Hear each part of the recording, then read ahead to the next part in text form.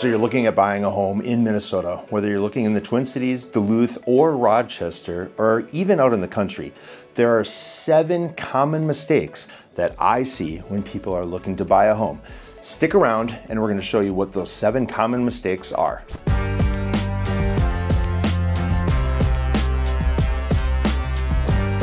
The first mistake that I see people make is they don't understand what the winter maintenance is going to be of the property. They don't understand that some properties may need the roofs shoveled depending on where you are in the state. You know, if there's a ton of snow and you get a lot of snow load on the roof, there is a potential that the roof might not be able to support it. Also, if you don't have really good insulation in the attic space and ventilation in that attic space, you could get what's called ice dams in Minnesota. And those ice dams can be extremely problematic because it can lead to water intrusion inside of the house. So you really need to understand the winter maintenance costs. And that can be like if you have a long driveway, and if there's a lot of snow, well, quite frankly, it can take a long time to plow that driveway. It can get rather expensive if you're not willing to shovel it yourself or snow blow it yourself. So you really need to wrap your hands around what are going to be those winter maintenance costs for the particular property that you're interested in.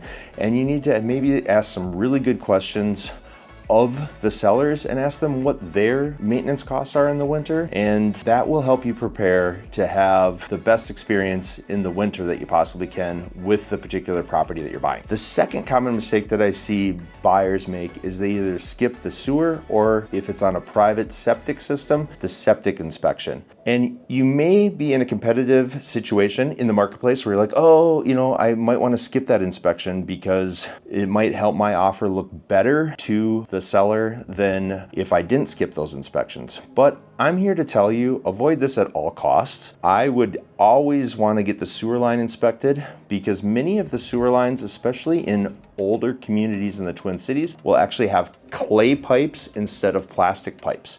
And these clay pipes are not unlike a clay pot. They're known to have cracks, and when they have cracks and there's trees around, the trees like to grow into them because they're finding nutrients in the sewer line, believe it or not, you know, essentially fertilizer. And so you want to make sure that you get that sewer line scoped and inspected. They stick a camera down there, they get it inspected, and then what happens from there is you get a video report actually where you can watch the video if you want, and there's maybe some things on there that you don't want to see, but you can watch that video report and you can make sure that the sewer line between the house and between the street is in good condition so you don't have an issue with that in the future. The third thing that I see that buyers overlook is they assume that all homes are energy efficient. Well, I'm here to tell you they are not, right? Now, if you have a home that's been built recently, like say 2010 plus, most of those homes are fairly energy efficient. They are wrapped in what's called Tyvek,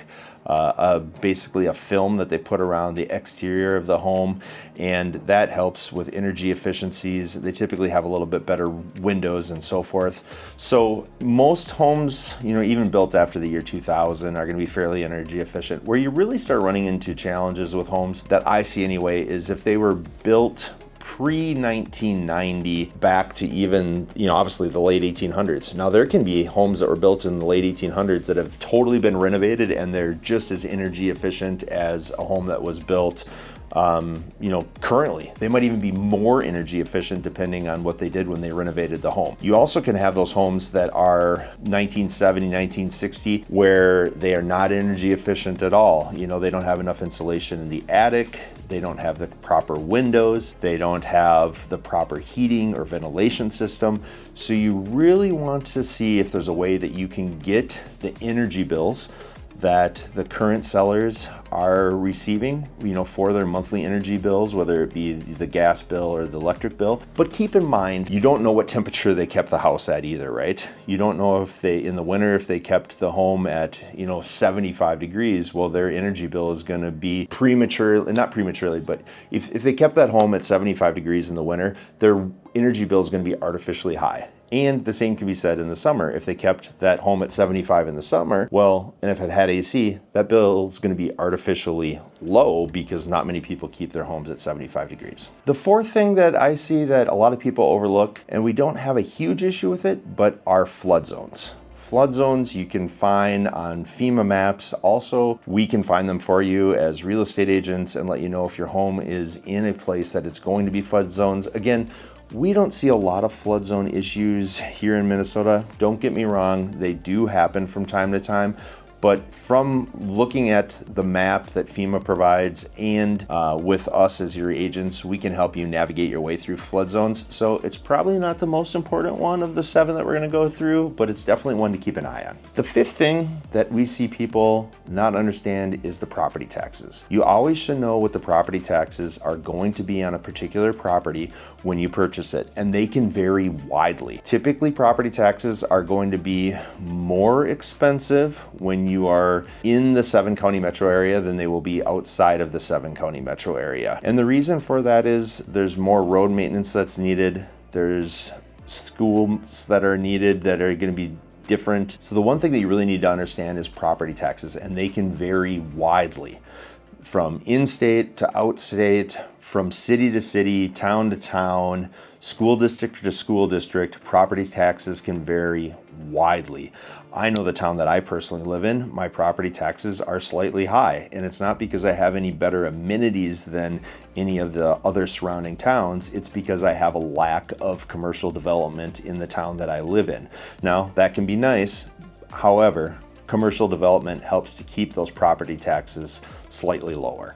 The 6th thing that I see buyers ignore, quite frankly, is commute time. In Minnesota now, commute time can vary widely, and especially in the winter. In the winter, it's really nice to make sure that you have flexibility where you can work from home if needed, especially on those snow days where we have 6 inches plus of snow, because your commute time can triple sometimes, and you have to be prepared for that.